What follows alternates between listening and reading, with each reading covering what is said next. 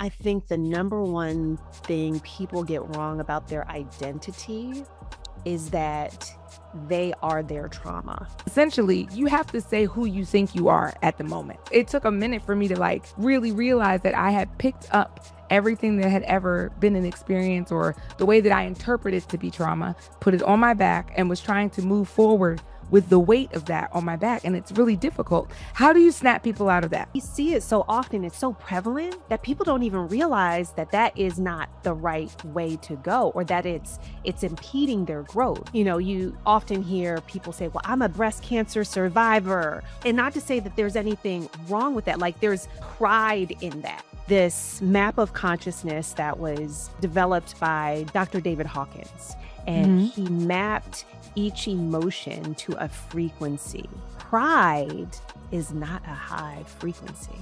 It is not a high frequency. There's a lot of proving in pride.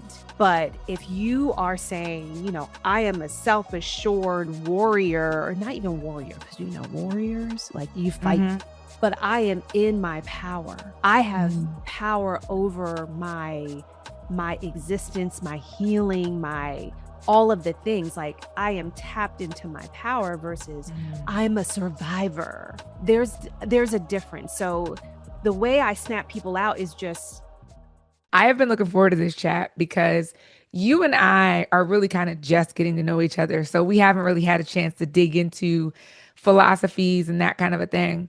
And so we started this series really because, you know, I said in another one of these recordings that like the internet is throwing the word identity around like it is, you know, I don't know, a piece of paper or something. And it's just this casual language that people are using. But, you know, you and I live in this world where identity is like the whole thing. So how do you see identity, and how has it played like a significant role in your life?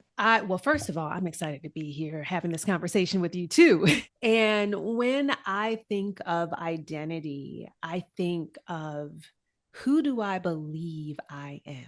Like, truly, who do I believe I am? And how that impacts me and how I show up in the world. It's really continuously coming back to self. You know, because the world will tell you otherwise, because other people impose, and media and entities may impose what is supposed to mean to you. And most of us don't fit in one particular box. So I find myself coming back to, okay, hold on, forget what they say. Who am I? Who do I know that I've been told from the Most High that I am? And and continuously coming back to that. Yeah. Where's the place in your life that you feel like you maybe have like lost identity for a second and then you reroute it?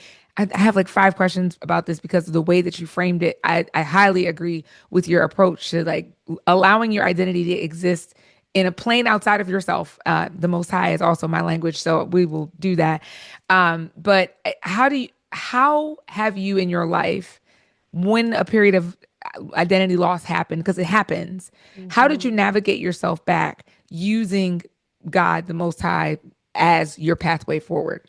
Ooh, it's so interesting because my mind goes to my personal life, like as a parent, as a partner, you know, and I've evolved over time. And I'm sure there were parts of myself or parts of my past where, from a work perspective, I was in spaces where, you know, I was playing a role. And I do think that comes into play. But what I immediately went to when I heard your question was parenting, and how conditioning plays a role so much. So I have a 10-year-old daughter, and she is brilliant, incredible, my favorite human being on this planet. Like, she really is brilliant in so many ways. She's a bright light. And, you know, I find myself defaulting a lot to how my mom parented. And, you know, that generation of parenting was more like, you know, you do what I say you do, Yes. period. Right. And this generation is different. So Thank God. right. God, yes. And it requires me to realize that, oh, that's my conditioning and that's Mm-hmm. not who I am. So I'm Mm-hmm. still, to be honest, it's a work in progress Mm-hmm. on that front, because I'm like, Mm-hmm. God, help me. Help me be conscious and make the right choices. But I see my default behavior coming up a lot in parenting. Yeah, I think, but we all have these defaults. We all have these things. And I know that you and I, and like all this, everybody that's coming on to do this identity conversation, we all use the word default in a very specific way. But Mm-hmm. just generally for the folks that are here, it means what it means. Default. It is the pattern that you go to without really actively thinking about the choice that you are making. So then you end up in this spot where mama's pattern, I know, listen, for me, it's grandmama's pattern, it's daddy's thing, it's this thing, it's that thing, something you've seen modeled even maybe that you think looks good, but it's not really your conscious choice. And it's just like, oh, well, this looks good. Let me see if this other thing works for me. I have a method inside of the Big Brain Theory program that I have that's called Stay Calm, right? So I did some video about that at some other point, I don't remember, but and it's really a method to get people to move away from the default and really attach themselves to what makes them at their core. So they create this coping program. That's the coping can be like, in my case, my coping is like centering prayer and my spiritual playlist. And the first thing that does is it moves my mind from me to something else, my higher power, my thing that kind of is my reason for being. And I find that when I'm recentering my identity, that's like the first thing I need to do. Then we've got the A, that's affirmation, L is learning, and then M is the message, the way that you're always showing up in the world. But that process seems to really work to help people level set to their not default, to whatever that growing impression is of ourselves and our identity and all the things.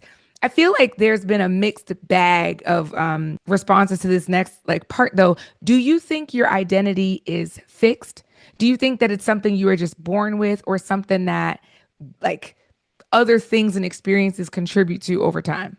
Yeah. I mean, I think that there's a part of ourselves that are the highest Mm, parts of ourselves that is stable. Like we come into this world with these unique skill, or not even skills, but unique gifts and mm, talents. And over time that evolves into experiences and skills and strengths and all of the things that make us who we are, and that evolves over time. But the core hmm. essence I in the know. terminology that Yeah, yeah, yeah, yeah, we are yeah. familiar with, and that I see as your highest self, that bright light is unique to you. Now what evolves over time is our attachment to that and who we Hmm. believe we are about that. So when I Hmm. think of, going back to the earlier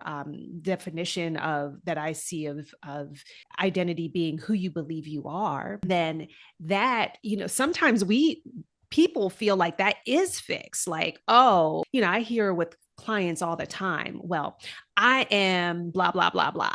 And it's like, okay, that's a choice. That's, you decided Mm, that that's who you are. mm, But we do evolve, we do change. I think about how, if you would have asked me in my 20s, my 30s, like, do I like working out or do I like exercising? No, mhm, no. Like, why do I want to work out? Like, mhm, no, mhm. And now that I'm, just turned 50, I'm like, I can't move Kylie, you're my 50? body. Yeah, I just turned 50 2 weeks ago. Girl, you better eat. Okay, we love that. Okay, I'm sorry. Little sidebar, little deviation. Appreciate it, appreciate it. Mm-hmm. But now I need to move my body. I need Mm-hmm. cardio for my Mm-hmm. heart, for my Mm-hmm. mood, for my, emotional stability. Like, if I don't Mm-hmm. go outside for a run for a few days, I'm like, ooh, I can feel it. Mm-hmm. That is different. How I consciously feed my body. I went through, I think years ago, again, I would say, well, I'm just a little, I'm a little chubby. That's just who I am. That's Mm-hmm. just who I am. And then I went through a health transformation 5 years ago, and I eliminated 25 pounds. Wow. And I didn't even realize I needed to, but because I Yep. was detoxing my body and really getting it Hmm. back to center, my body didn't need it.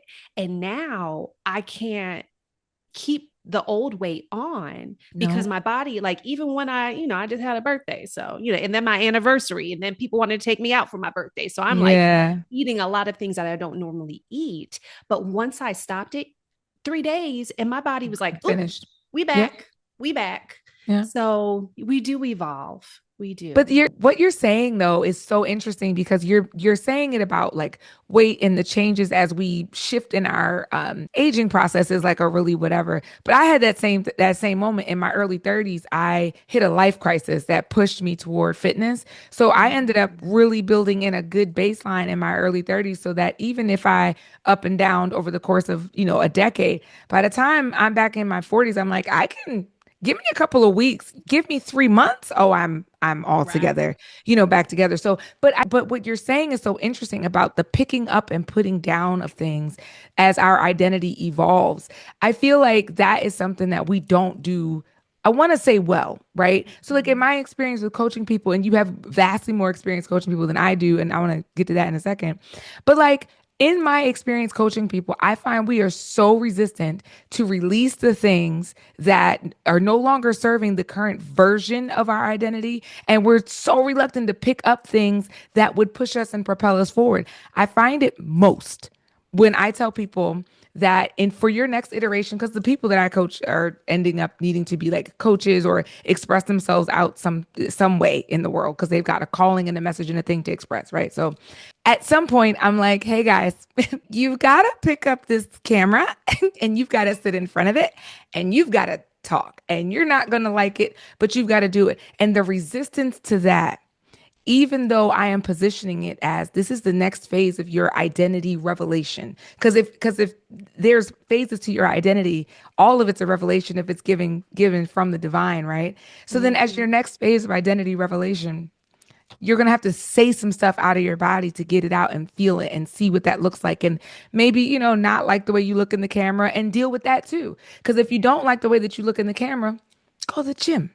Put down the sugar. Stop drinking the fruity. My Bajans, y'all know what I'm talking about, right? So like, stop drinking the fruity, and then you will like what you see more, and then that gives you more permission to show up more fully. So in your experience, first of all, Kylie, how many people have you coached? Do you know? No. I mean, I've coached people one on one, I've coached people I in know. groups, I've coached, I've led people through leadership development programs. And I mean, you know, So definitely in those thousand. three, like at least hundreds. Now, when I Okay, think about, leadership I'm pretty sure or it's tens. presentation, or not presentations, but like workshops and Hmm. speaking engagements Hmm. and group encounter, like definitely thousands. So we're gonna go with thousands because I think that sounds better, and I also think that it's accurate. If because Yeah. we love underselling ourselves, don't we? It's so cute when we do that. I love that for us. No, no, thousands. So you've coached Yeah. thousands of people at this point. And whether it is through workshops, whether it's through, seminars or speeches or social media things, you have a whole podcast, you know Mhm. what I mean? Like whether it's Yeah. through any of these things where you have given out your wisdom and insight, what is the number one thing that you think people get wrong about their identity? I think the number one thing people get wrong about their identity is that they are their trauma, that they are their trauma.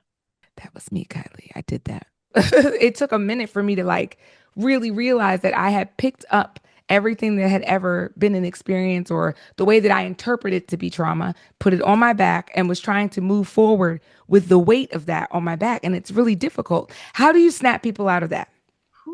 One is calling attention to it because Hmm. we see it so often, it's so prevalent that people don't even realize that that is not the right way to go, or that it's impeding their growth. So for Hmm. instance, you often hear people say, well, I'm a breast cancer survivor, or talk about, and not to say that there's anything wrong with that, like there's pride in that, right?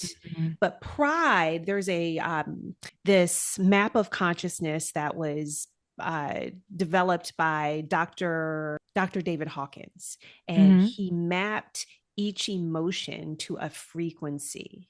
Pride is not a high frequency. It is not a high frequency. There's a lot of proving in pride.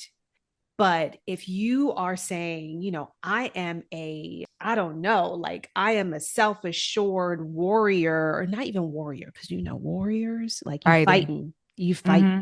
Yep. but I am in my power.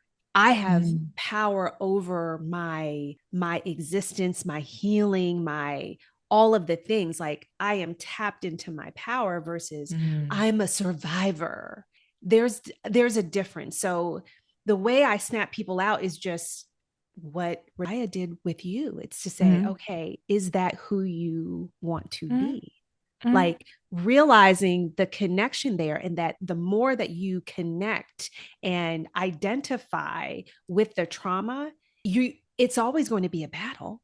It's Mm-hmm. always going to be a battle, and you will be minimizing your potential and your impact in the world by that one thing. Yeah. And I think your point is so accurate that most people don't even recognize that they're doing it. Now, that's not to say that people are not dealing with things, Right? right? Because people have to Yes. go get chemo Yes. every week for however long. Absolutely. Like that is a traumatic thing, losing your hair, not knowing what you look like or Yes. who you are, losing your identity as a woman in a lot of ways. Once there's mastectomies and like all kinds of things that come into that. And I'm saying that just to create a space where we're not saying that there's no empathy for things that you have Absolutely. experienced. Trauma is real. Stuff that Yes. happens to you outside of your control, which is how I define trauma, that is in fact a real thing. And you can, I mean, I know we don't like fighting language, but we can say that we're more than a conqueror. We can say that we overcome things by, and that shift in the perspective and the language, I think, is the thing that really makes it more tangible. Because going from a traumatized kid trying, because that's the other part of the struggle word, Ooh, right? right? A traumatized kid trying to live out her calling to the chosen voice and service of humanity, it's Yes. the choosing implies the struggle. Because, like, listen, you don't get chosen to do things in this life and then everything is just peachy keen and simple. Yeah. We all have, super hard things. That's kind of the way that that goes, but it doesn't mean you have to identify with the hard. It can be Right. part of the story, right? But like, it doesn't have to be the byline. You know what I mean? By the struggle, by the trauma. You know what I mean? So I think Yes. that's all really interesting. I'm not suggesting that I'm not going to lead with the trauma when I write my biography. I like to be very clear. When I write it, it But will it's not be an identity, right? Like that's nah. a story. Like Yep. you're sharing your story, your Yep. path to to where you are, that got you to where you are today. Mm-hmm. And that's different. That's different than identifying, because Mm-hmm. whatever we believe, whoever we believe we are, dictates our actions, our behaviors, how we see the Mm-hmm. world. So I love that shift that you were able to make, and even Me the too. energetic of that. Mm-hmm. Mm-hmm. Yeah, me too. So how do you identify? I am clear that I am here to bring transformative light to the world. And that is through highlighting the darkness so that we can transmute, we can elevate.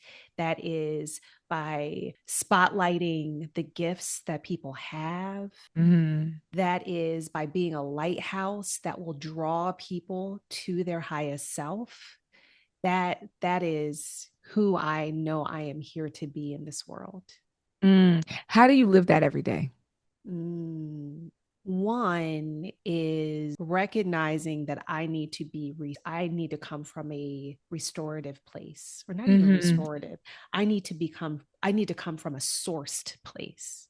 So my practices are very Mm-hmm. important to me, and have become increasingly important to me over time, like just Mm-hmm. essential. My self-devotion practices are really important. So starting every day with meditation, and paying attention to my body, tapping Mm-hmm. in to my Mm-hmm. body and my spirit to feed it what it needs. That doesn't mean that I get it right all the time, Mm-hmm. but the more I listen, the more my body and my spirit will tell me exactly what I need. The more I listen, the more I can hear God guiding me. My Mhm. intuition is my greatest strength. So part of how it shows up in the world, the light, is allowing myself the space to have conversations, for God to come in, for the light Mhm. to appear. What's your guiding principle, Kylie? Like, what's the thing that Mm. keeps you in that vein? It's this purpose that I am here to elevate the consciousness of the planet.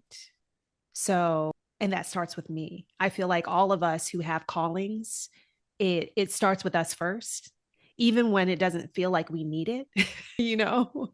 So, there was a period of time when I was really focused on presence, and I had a lot of insight around presence, how you show up in the world, but also being present and centered in yourself. And it was almost like the preface for what I needed, because then I had a period of time in my life where I needed to be present.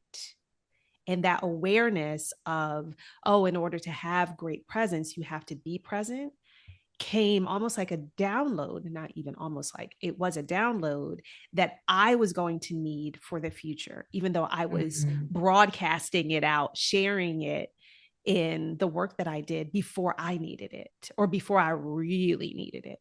But when I Mhm. did need it, I had it. Is this a thing that you apply in your work with the Asbury group, or is it another aspect? So Yeah, tell yeah. me about that. How Mhm. did the Asbury group come to be? Yeah. So if we go back to 2013, Hmm. I was leading a marketing department at an ad tech company. I was, on paper, I was doing the thing. Like, I was doing well. I was, in reality, I was having those Sunday nights when I was like in tears, not Yeah. wanting to go to work on Monday morning. Hmm. Um, I was planning my wedding. My mom was in her own health journey, where Okay. she had stage 4 esophageal cancer. And at work, I loved my team, but there were just like things that were not, um, that didn't matter, that Hmm. were coming up, like questions about, why is your employee coming in at 9:15 instead of 9 o'clock? Like, I'm in the hospital right now with my mom who's going through chemo, and you're asking me why my employee came in, Yep. like this is not it. So long story short, they wanted to relocate me from to headquarters, my department in another department. Mhm. And they said, hey, if you don't want to move, that's another story. We know what's going on with your mom. And so I said, yeah, I don't want to move. So needless to say, August 2nd, which was a Friday, I left. That was my last day. Monday, August 5th, my mom passed away. Oh, Two sorry days to hear that. later, thank you. 2 days later, the 7th, my husband left his job. My new husband, we had just gotten married in June. So everything in my life changed. And it was like, I mean, it was jarring. My mom and I were very close, Hmm. and it was jarring. It was jarring. And it was an opportunity, now that I look back, for me to redefine who I am and who I was here to. It was a realignment to purpose. So everything inside, like, it would have made sense. I had my MBA, and I had, all of these things that on paper, I should have just gotten another 6-figure job very Hmm. easily. But everything inside of me was like, nope, nope. Yeah. And I explored, okay, what is for me in this next season, this next chapter? And I was led to start my own practice.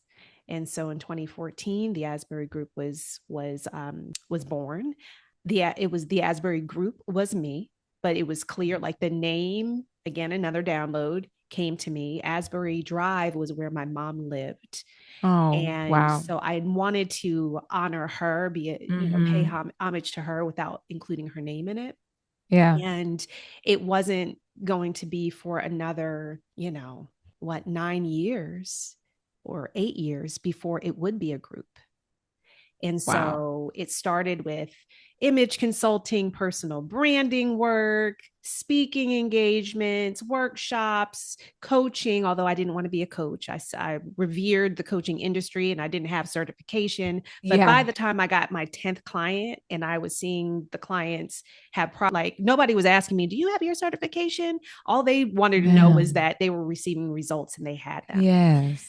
So, over time, I realized, oh, okay, it's not only about how you're showing up externally, but if you're not right within, then there's only so far I can take you in your, Mm-hmm. presence, in your leadership.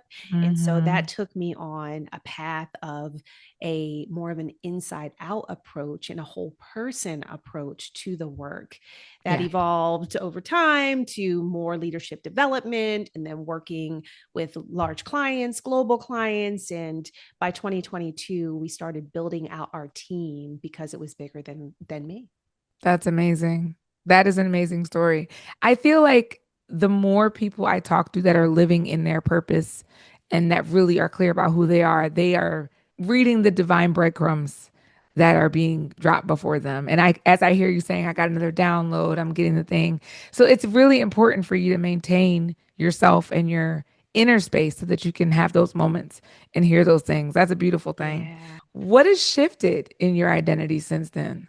Ooh, since I started my practice. Yeah, because Oh, because yeah. the story is, it sounds short. This will be a 30-second Yeah. soundbite somewhere, Yeah. right? But it's a lot of depth there. You lost somebody that you can't tell me, parents are part of who you are. Yeah. So having that person, experiencing them differently now is a major shift. Having a new relationship, major shift. Like there was like 25 major shifts in that 30-second soundbite. So there's no way you can tell me you're the same. You're Yeah. the same No. Kylie now as you were then. So how has your identity shifted? It's so interesting because, I also had a name change. So Kylie Richardson is Yeah. different than Kylie Carr.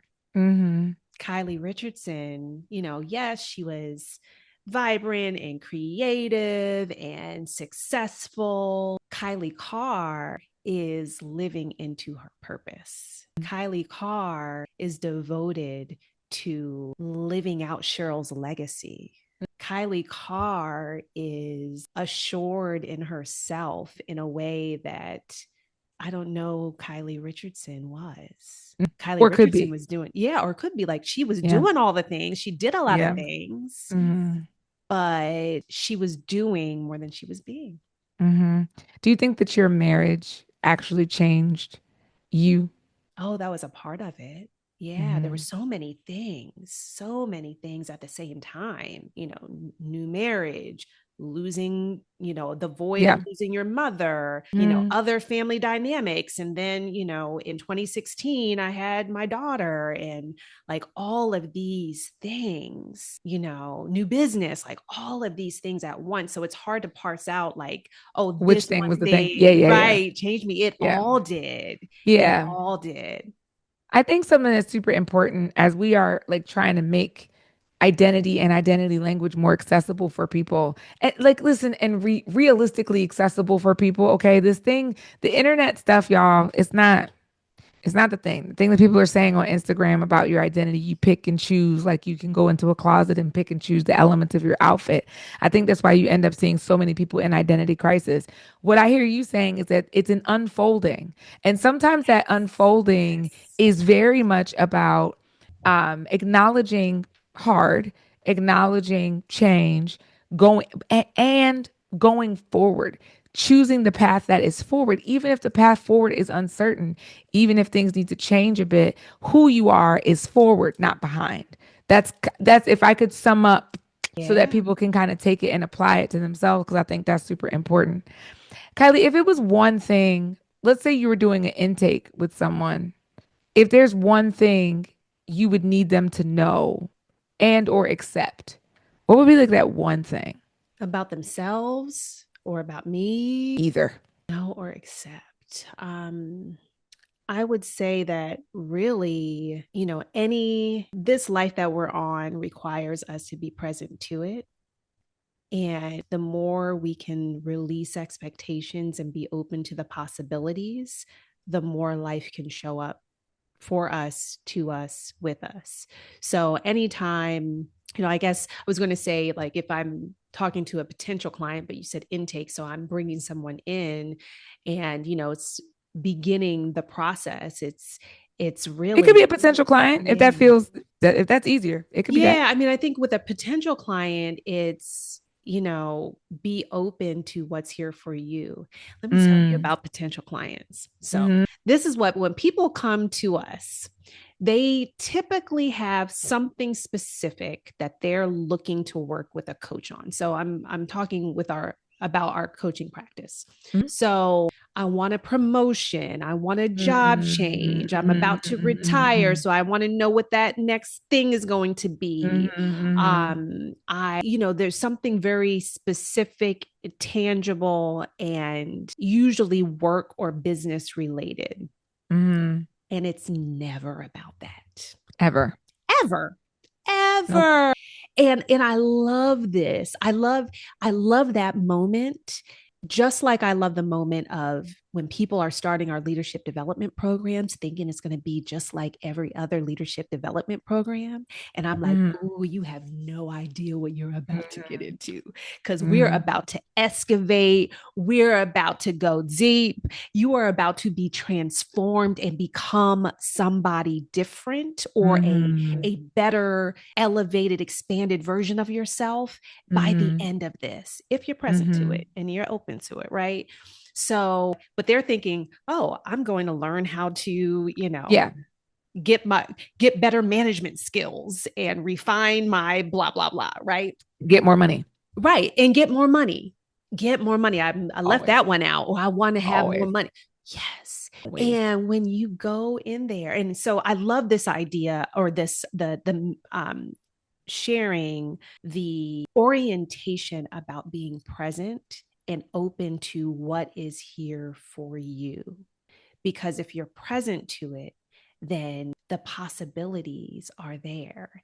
And whatever is for you that's going to help lead you and expand you to, your highest self, your higher self, that is available, versus I'm only focusing on getting This this one next thing. job, this next thing that's going to give me Mm-hmm. more money and get Yep. more things and everything. Is that really what you are here for? Yeah.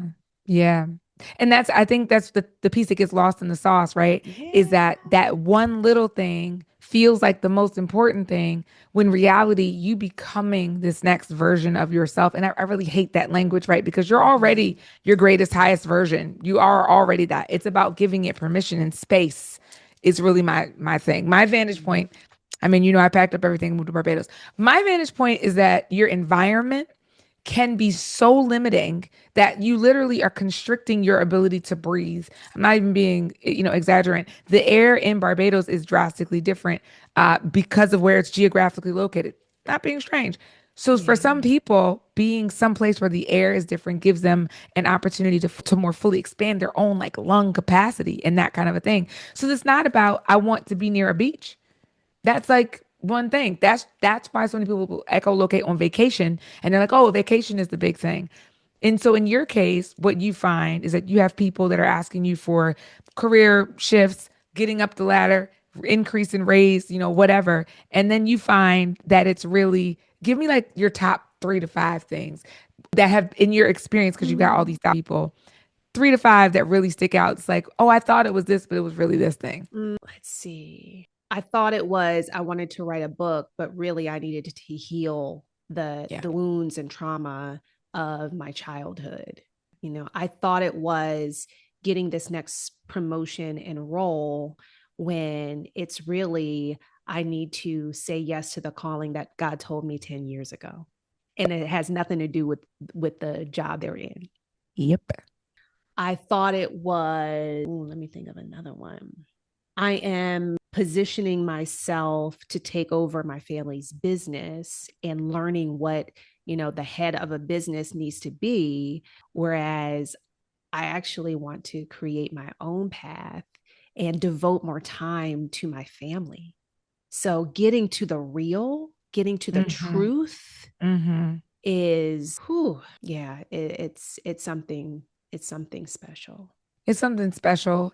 And I often say it's like the simplest thing we'll ever do, but we overcomplicate it so much because we Mm-hmm. are taught to believe that this process of being yourself is so difficult.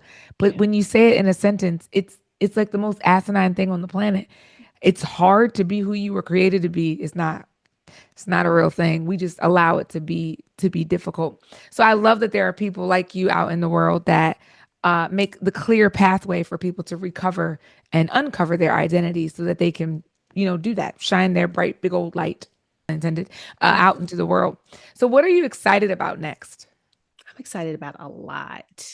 Good. Tell me all of Excited it. about a lot. I'm excited about this new phase of, or this new season of life, this new decade of life. Mm. And I mean, I've only been it's only what's today? Yeah, It's it was only like been just your 12. birthday. Yeah, it's only been 12 days. Yeah, Okay. Not yeah. even 12 days weeks. into 50. you know, but and maybe it's a mental shift, but I just feel like I just don't have any more F's to give. Like my Mm. I, We love that uncovering of your identity. I mean, I have been I have traditionally been conflict avoidant. And I'm Hmm. not feeling that at all over the past 12 Hmm. days. So ask me again next month. We'll see.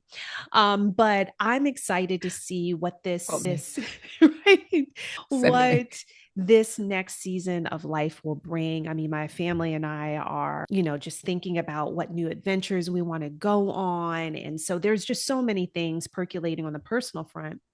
On the business front, we have so much that's happening. There's so many, new, we have a new 360 tool that's so innovative and game changing for organizations to help take the anxiety and the lack of purpose out of feedback tools and feedback experiences. And we're seeing such great impact of that work. Hmm. We're just the overall whole person, human centered conscious leadership work that we're doing Hmm. is so transformative, and I'm excited to branch that out to new people. Lately I've been feeling a nudge to have a cohort of women that where we have a coaching, some group coaching, and end in retreat. We've done about 4 in-person retreats over the years. Our last 2 have been in Costa Rica. The last one we did was in December of 2025. And I keep getting questions about, okay, when's the next one, but I hadn't really felt led to lead the next one. But lately I've been thinking, well, maybe the next one is different. Yeah, Maybe I lead it's in this Barbados. cohort. Yeah. Maybe we'll have to Shameless talk. plug. Yes. Shameless plug. And the last thing that I'm really excited about is related to that is at our last retreat, we actually had a film crew there, and Oh, we wanted to nice. capture some of the experience. So Nice. we've created a mini documentary Nice. about the Beyond Day retreat. And I'm so like, we're in production right now, or post production right now. And I can't wait to reveal it into the It's world. going to be great. That's going to be great. That's exciting. How are you putting it out to us? Yeah, well, we're working on that now. So, I mean, it will likely be available on YouTube. We'll have a Mm. watch party and all of that. So, more to You know, come. the vertical shorts thing is really popping right now. Issa Rae Yes. put a big light on that. So I don't know Yes. how y'all shot Yes. it, but like a Yeah. 12-part little docu-series type thing. Ooh. Yeah. That one was free. Also, I'm doing Ooh. that in August, so it's Mm-hmm. fine. Yeah, do it. But I mean, Mm-hmm. that's how people are ingesting right now. So, Yeah. and that's a great opportunity for audience growth and to bring attention to the next thing that you're doing. So I love that. I can't wait to watch it. I'm very excited. Mm. I've never been to Costa Rica, so I'd love to see it through the eyes of like a reset type of thing. Yeah, yeah. Yeah. It's sacred land for sure. Oh yeah, that's beautiful. Still, Barbados. You let me know, Kylie. I'll support you Yes, in I all the need to way to make come him. visit and Y'all need to come for a experience meeting the anyway. land. I'm really just trying to get y'all on a catamaran in real life. I'm down, I don't know down. what it is. I'm shooting this vlogging series, Kylie, where I'm just God bless it. I don't know what it is, but very much like you, I feel the nudging to do things. So once I feel nudged, I do the things. I learned that Mhm. lesson far too many times about feeling the nudging and not doing the things. Mm. Takes a long path of Haven't we all? getting pulled. Yes. But it's the 10-year detours that kill me. So I'm tired of that. So every time I feel a nudging, I go to do the thing. So I was saying earlier I was doing like a recording to kind of bridge everything together. And I was talking about how much catamarans mean to me. There was just this moment, speaking of identity, there was this moment in December of 2020 where I was on a catamaran for the first time. And it was something in that moment where all of a sudden I could feel and breathe like freedom. And so that's kind of my plug for Barbados. It's just not for everybody. I've brought people here and they've been like, I never need to go there again. Totally fine. But I do think you should come test the waters, no pun intended, Right, before right. Literally. whatever. So I would love to have you all come. That would be great. I would really love to host you guys. It's so funny when you were talking about the catamaran, I thought about this story that is related to identity that my mom that it features my mom. So for years, my mom she was a business executive, ended up getting her PhD, left corporate, started her own practice, and she was Wow. one of those people who was an angel on earth. Like people would literally give her angel figurines. When she passed away, she Mm, had close to 50 angel wow. figurines around the house that people had Hmm. gifted to her because that's who she was to them. But that's just some context of who my mom That's was. beautiful. She was, she grew up very poor. She was one of nine children. She lived the life that her mother couldn't. Her mother graduated Wow. at high school at 16 but couldn't afford to go to college. My mom went to the college that her mom wanted to go to, had the career she wanted to be a teacher. My mom became a teacher because her mother couldn't. Mm, And for the first phase of her career, she was a teacher, and then they laid off teachers after I was born, and she ended up going into corporate. Anyway, she always said, when I make it, I'm going to get a Jaguar. And that was like a goal for her. When I make it, I'm going to get a Jaguar. And so she had a Lincoln, and she went to service it. And while she was there, the dealership owner, who was actually a friend of mine, said, "Oh, Dr. Richardson, while you're waiting, we just got a pre owned Jag on the lot. You want to take a look at it?" what? And she was like, "I'm not buying a car." He was like, "Well, just take a look. It's just 2 years old. Just take a look. Maybe you can test drive it." She had an identity crisis because in this moment, she's like, "Hold on. I don't feel like I've made it, but Yeah. yet I could buy this car if I wanted to. And what does that mean?" And so she bought the car. She bought the car. That's amazing. That's So, and amazing. had to redefine for herself that, oh, well, maybe I have made it, or maybe this is just me living my life because I can Hmm. and I'm blessed. I feel like your mom is the through line to your entire story. I really do feel that way, and that's a beautiful thing. I love that it's a permanent thing because she'll never not be your mom and never not be the influence to your life. So that will always be your engine. How beautiful is that? Did you learn a lesson from your mom that you could teach us? Oh, there's so many, so many, so many. My mom lived her life with integrity. Mm, With integrity. So she did what she said she was going to do always.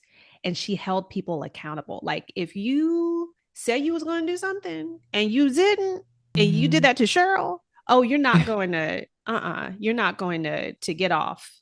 free without her acknowledging it because she held people to a high standard.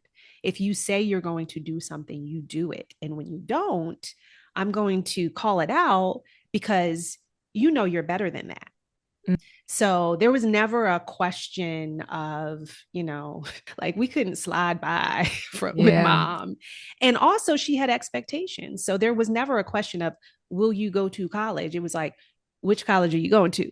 And Hmm. it wasn't pressure. It was like, it was an expectation. Like, no, you Mm, are here. This is going to provide opportunities. So what do we need to do to make that happen? And which one is the best fit for you? So yeah. there's so many gems over the years, and I do believe that we are still so very much connected.